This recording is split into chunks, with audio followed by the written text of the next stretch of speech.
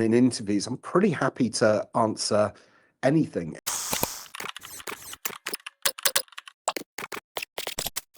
Okay, let's go.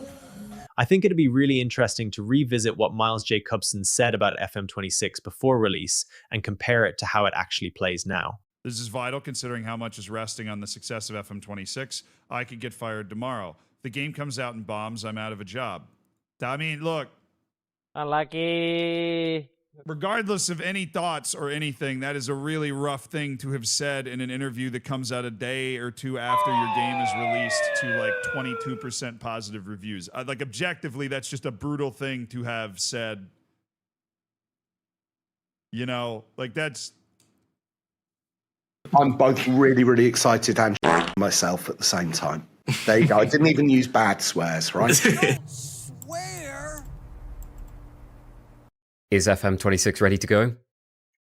Well, you've just spent the last couple of hours playing it, so you're probably in a bit better position to say than I am. We're pretty happy with it. We've got a couple of weeks left of development. There's still work to do, still some bugs to fix. But yeah, we're looking forward to unleashing it to the world in a few weeks' time. This is a new game, okay? It's not a continuation of FM24. It's a new game, and the UI is completely different. And at the moment, we don't know how it's going to go down.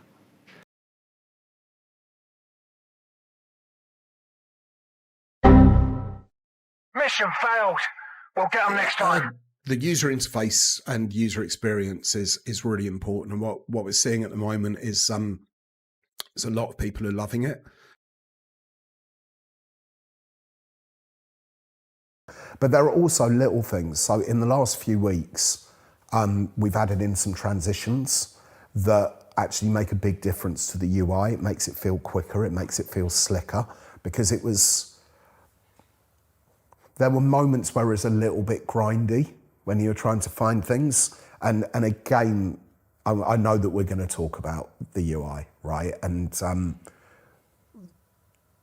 when the UI clicks, it's awesome.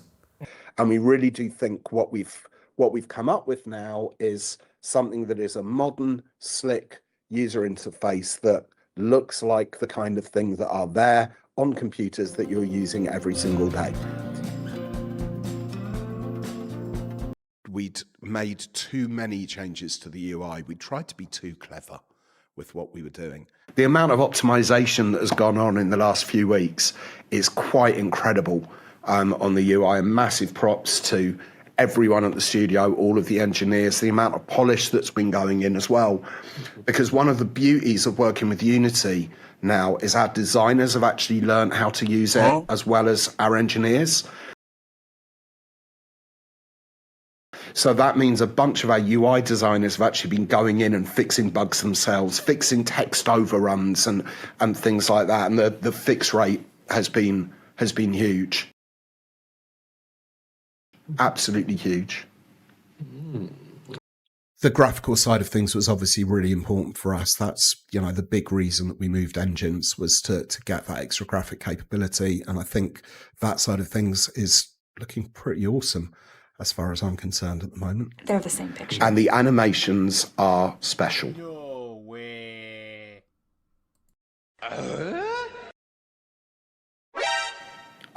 I'm really, really proud of what we've done there. Little flicks and little touches, players looking up before they cross the ball. Given that people have seen kind of the graphics side of things, and that's gone down incredibly well. The level of depth that is in FM26 is still the level of depth that we've had in previous games. It's wrong to say that we're aiming at a console audience, because we have a console game that we are aiming at a console audience. Not the PC side of things. International management will be in FM26. It's coming in a content update before the World Cup with a FIFA license. Okay, that's so great. Officially licensed, and it's improved as well. It's not just the old module that's coming back, it's what we want international management to be. Some things will come back later on, some things won't. We're not doing patches anymore. We're doing minor updates, MUs, and we're doing content updates, CUs. MUs will have bug fixes in. That's what they're going to be primarily for, and we will be supporting the game. The game is going to ship with some bugs in it, right? The TLDR version is, I wasn't happy with the quality of the game, and I wasn't prepared for people to be going out and spending their hard-earned money on something that wasn't good enough. It would be unfair on them. I was about 2 hours into playing it when I just said to myself, this isn't good enough. We can't do this. This isn't to our normal quality level. And then waited a little bit because it was Christmas. I didn't want to ruin people's Christmases. And I carried on playing, and every time I was playing, it was like, nope. The scores that we've been getting on the consumer testing are positive to the point that I'm worried that we're bribing people. It's really, really positive on that side. And the average rating we were getting from the consumers was around 7 out of 10. You sure about that? That's not a Sports Interactive quality level. And I personally think that they were being quite generous as well with the scores. What's been interesting, I'm getting this one straight out there without you even asking me this as a question, right? Is people who've played the game typically for 200 hours, 100 hours, and newer players. My question. Sorry, Eric. But they are literally picking up the game and going, wow, this is great. And they're playing it half an hour to an hour. They're getting used to it. It's completely different to 24 or 23. Thankfully, it's also much better than 25. That was a horrible year. In FM's case, it is good value for money. If we'd released FM25 in the state that it was in, it wouldn't have been good value for money, and it would have damaged us forever. So I want us to be the best value for money on the game on the planet. Gotta figure out how to make money on it. That's why we do this. I've done jobs that I haven't enjoyed, right? I've spent money on computer games and I've been disappointed. Don't want that to be the case with FM ever. You're always trying to do right by Football Manager. We're always trying to do right by Football Manager and always trying to do right by our consumers. We're not going to charge for DLC. Sorry, we're not going to charge for DLC on FM26. When you've got as many consumers as we have, not all of those consumers are going to agree. So you might think that something is a brilliant idea. Someone else might think that it's not a good idea. And it's for us to decide because we're the people making the game at the end of the day. Yeah, I think we're pretty good at what we do, right? You know, I don't think I'm being arrogant saying that. If you look historically over the last 25 years, name a better sports management game.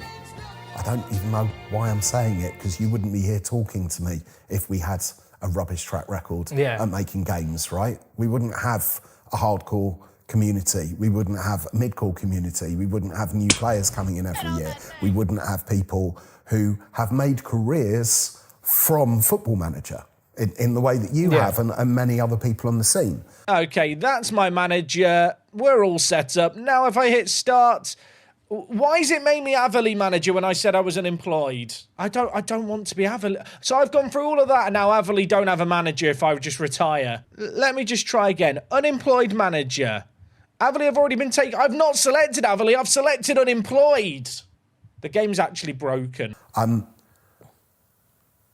that's pretty damn cool. It's also the starting point for us of the next 20 years of the journey rather than a finishing point. So it's good to be starting that journey again. This is the biggest change that there's been to Football Manager since Football Manager was first released, right? It's actually the biggest change since Championship Manager 4. But the core thing is we need to deliver a really good game to be that first game of the next 20 years, which is great because that's going to lead to a better experience for the player. And if we see crashes coming in, we want to be able to try and fix them. I still love the game. I still make it for me. If the game does well, we get to make another one. If it doesn't go well, maybe we don't. Thank you for letting me come on the show.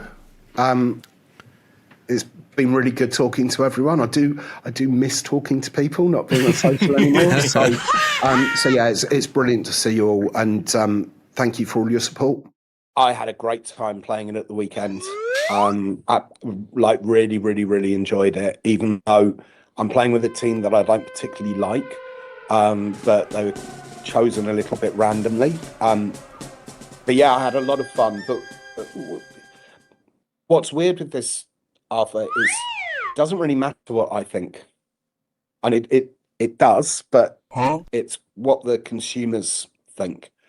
And about 6 weeks ago was the first time in a playtest that we had in the studio that someone went, I can dance all day. I can dance all day. Try to hit me. Come on. it feels fresh, but still like FM. For me, it's just the overall feeling of getting absorbed into the game world. And that one more match feeling. I want to play one more game. I want to play one more game. I want to play one more game. But my honesty gets me into trouble every day. So I think failure is actually a really dangerous word. Okay. Because failure to me means that you've got regrets. True. And the way that I live my life is with no regrets. If I do something wrong, and I've done loads of things wrong, and we've had failures as a business. I mean, you look at Football Manager Live and then Football Manager Online. Now, I want to stick on this point if I can. So Football Manager Live and Football Manager Online, they lost the company and they lost Sega money doing those projects. But as long as you learn from that, you shouldn't regret it, and therefore it's not a failure. As long as you learn and you grow and don't do the same thing again, then it's not a failure. To me, we haven't failed as a business because we're still here. If the game does well, we get to make another one. If it doesn't go well, maybe we don't.